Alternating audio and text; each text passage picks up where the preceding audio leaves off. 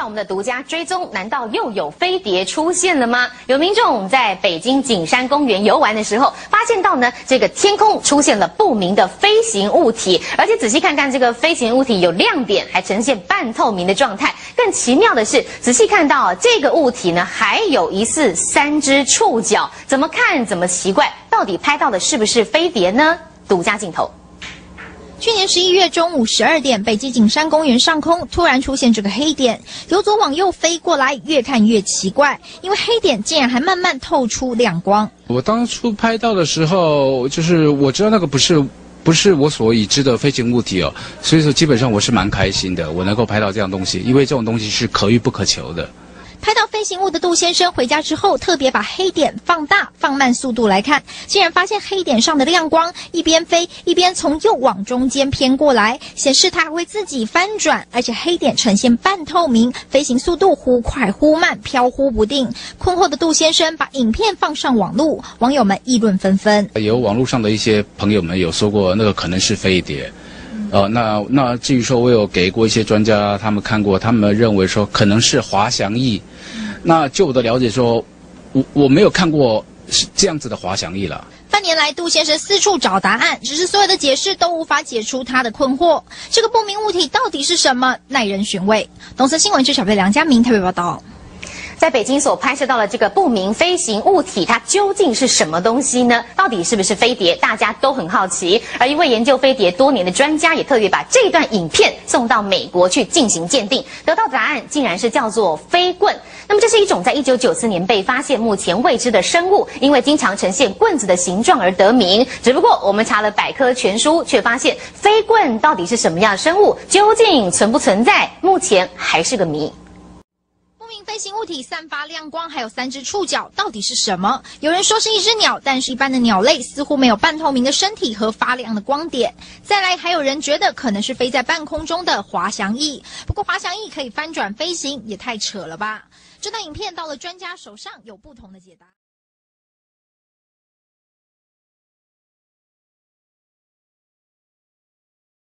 어둡고 답답한 도시철도를 운행하는 기관사들의 스트레스 어느 정도일까요? 최근 열차 충돌 또 투신 사고가 계속되면서 기관사들이 느끼는 정신적인 고통도 상당히 커지고 있습니다. 장보영 기자와 자세한 얘기 나누도록 하겠습니다. 장 기자, 스트레스 때문에 이 목숨을 끊는 경우도 많이 있다고요? 네. 예.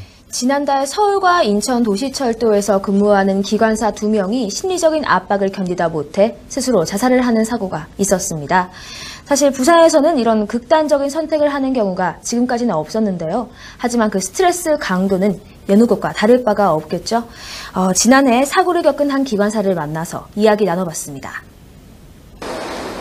기관사 김모 씨는 운행 중이던 열차에 승객이 뛰어든 그날을 잊을 수 없습니다. 지울 수 없는 죄책감으로 정신과 치료까지 받았습니다. 잠도 잘 못 자고 정신과도 좀 한두 번 갔었고 처음엔 자기도 모르게 조금 뭐랄까 죄책감 같은 게 좀 생기기도 하더라고요. 좀 자꾸 내 잘못이 아니다고 이제 마음을 바꾸지만 그래도 김 씨와 같이 추진사고를 겪은 기관사는 전체의 25%, 외상 후 스트레스 장애나 불면증을 앓는 기관사도 상당수입니다. 사상사고를 가장 많이 내신 분이 아마 4건, 혼자서 4건 정도가 있는 걸로 알고 있고요. 그런 분들 같은 경우는 그냥 거의 많은 어려움을 겪고 있다고 보시면 되겠습니다. 승강장을 뒤갈 때마다 이제 불안하죠. 혹시 조그마한 미동이라도 사람이 보이면 눈앞에서 사람이 뛰어드는 모습을 목격한다는 거, 이 상상조차 할 수 없는 그런 스트레스일 것 같은데요. 충돌이나 또 기계 오작동으로 인한 사고 때문에 이 스트레스를 겪는 분들도 많이 있다고요.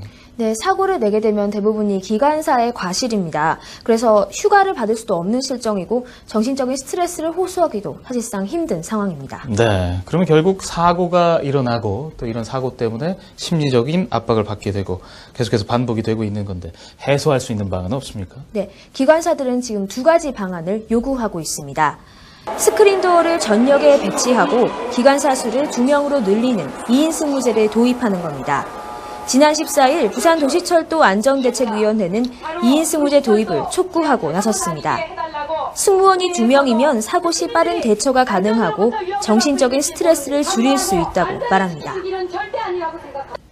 어떻게 뭐부터 보고부터 먼저 해야 될지 나가서 바로 그 시신 처리부터 수습을 먼저 해야 될지 안내 방송을 먼저 해야 될지 순간적으로 혼동이 생기는데 이제 2인 승무제는 거기에 대한 심리적인 안정감을 줄 수 있고 그걸 역할을 나누어서 대응을 할 수 있기 때문에 훨씬 더 이제 다른 거죠. 실제로 이에 부산교통공사는 스크린도어는 예산을 확충해 설치할 계획이지만 2인 승무제 도입에 대해서는 할 말이 없다고 인터뷰를 거부했습니다. 해결책이 요구되고 있는데도 교통공사 측은 계속 묵묵부답으로 일관하고 있는 거네요. 네, 사고는 반복이 계속되고 고통도 계속되고 있습니다. 기관사들은 교통공사의 외면이 아니라 근본적인 해결책을 요구하고 있습니다. 네, 장보윤 기자 수고했습니다.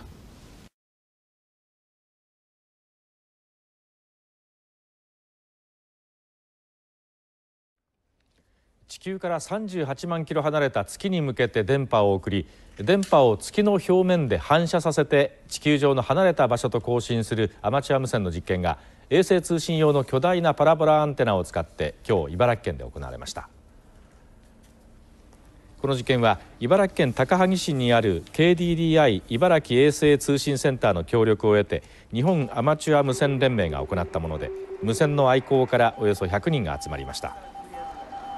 午後6時前、アマチュア無線家たちは自分の声やモールス信号を直径32メートルある巨大なパラボラアンテナから東の空に昇った月に発射しました。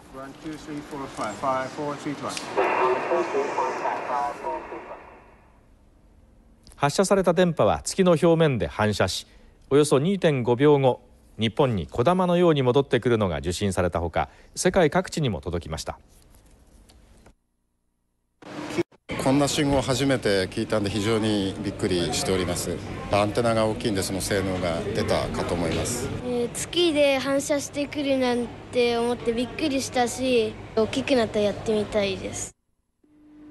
巨大なパラボラは微弱な電波も捉えるため、各国の愛好家は通常の無線設備で通信ができたということで、こうしたパラボラを使った月面反射の実験は国内では初めてです。次はこちらの映像です。有名なアポロ11号の月面着陸の様子ですよね。ですよね。で、当時通信衛星を介して日本に伝えられました。で、その映像を受信していたのがこちら KDDI 茨城衛星通信センターですが、国際通信の主役が衛星から光ファイバーに移ったため、今月いっぱいで閉鎖されることになりました。このパラボラアンテナですが直径が32メートルもあります。日本が独自に開発した巨大なアンテナを通して数々の映像が送られてきました。昭和38年最初の衛星中継の実験が行われた日の映像です。パラボラアンテナを使って日本とアメリカとの間を通信衛星を通して結びました。そしてこの日、思いもよらない映像が送られてきました。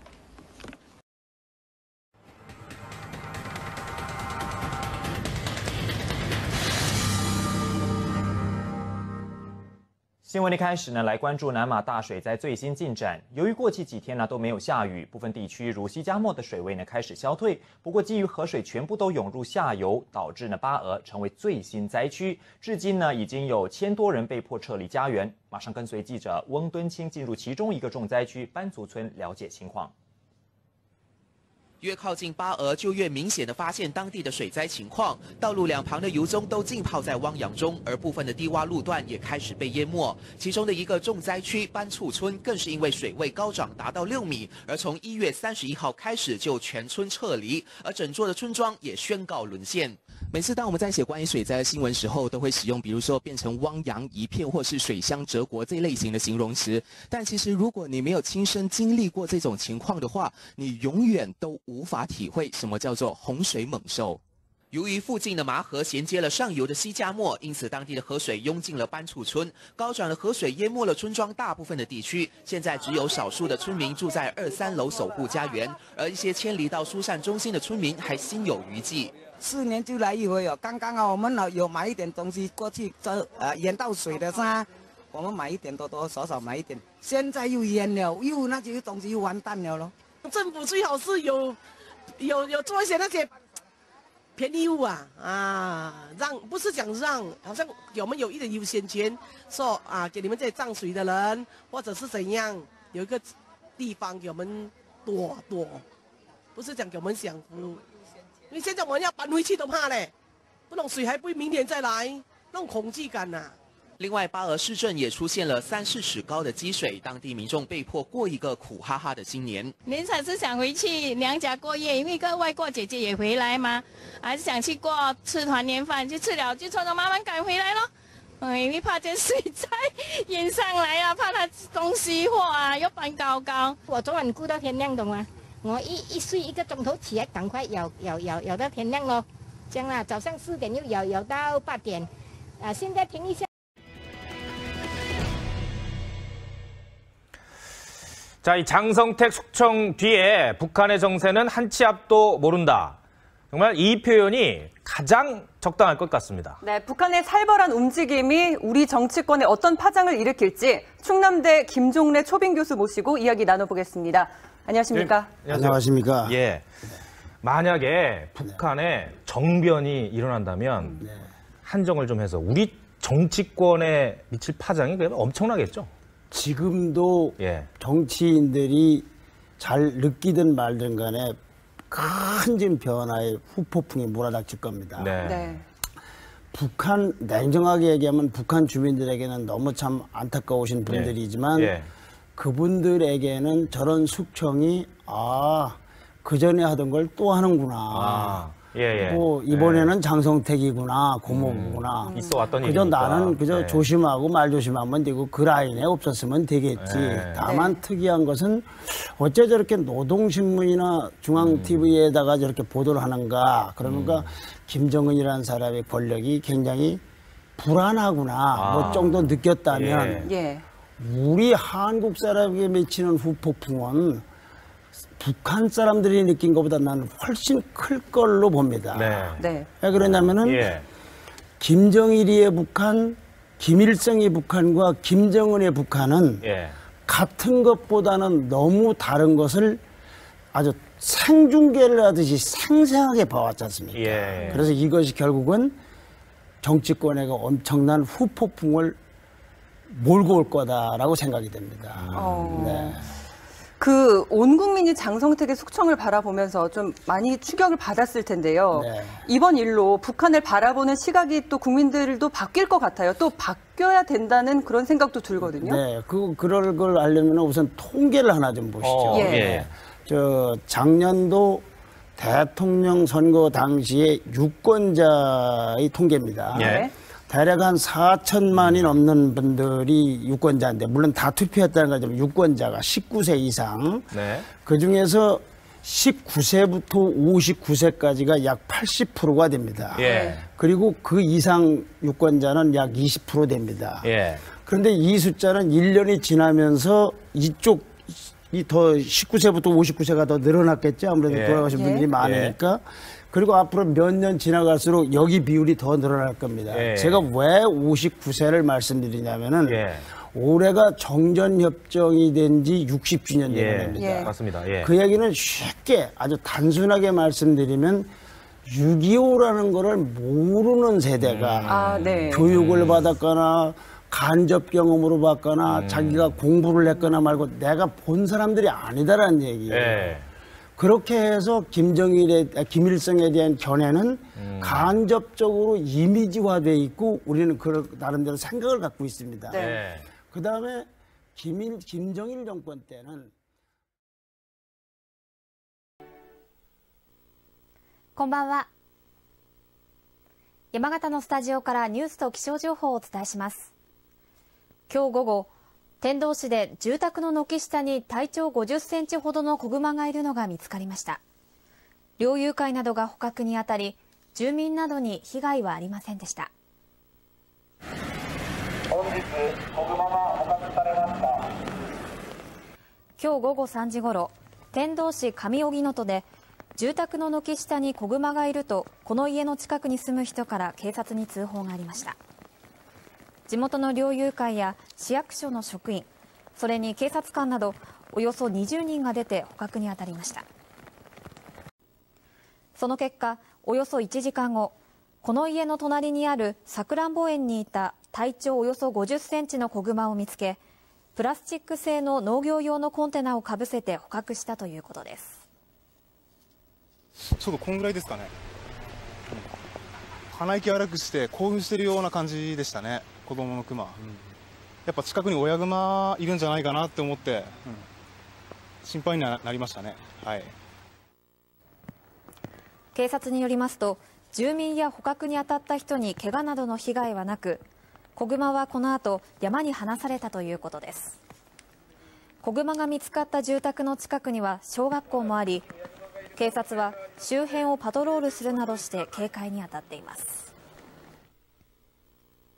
県内ではこのところ熊の目撃情報が相次いでいます。今日も鶴岡市と白鷹町でいずれも体長1メートルほどの熊が道路脇の雑木林などにいるのが目撃され、警察などが注意を呼びかけています。次です。パイロットに気象情報などを提供している庄内空港にある国の出張所が合理化に伴って平成27年度に廃止され、仙台空港で業務が引き継がれることになりました。今日の県議会でもこの事務所の廃止について質問が出され、廃止後に安全が確保できるのか不安の声が上がりました。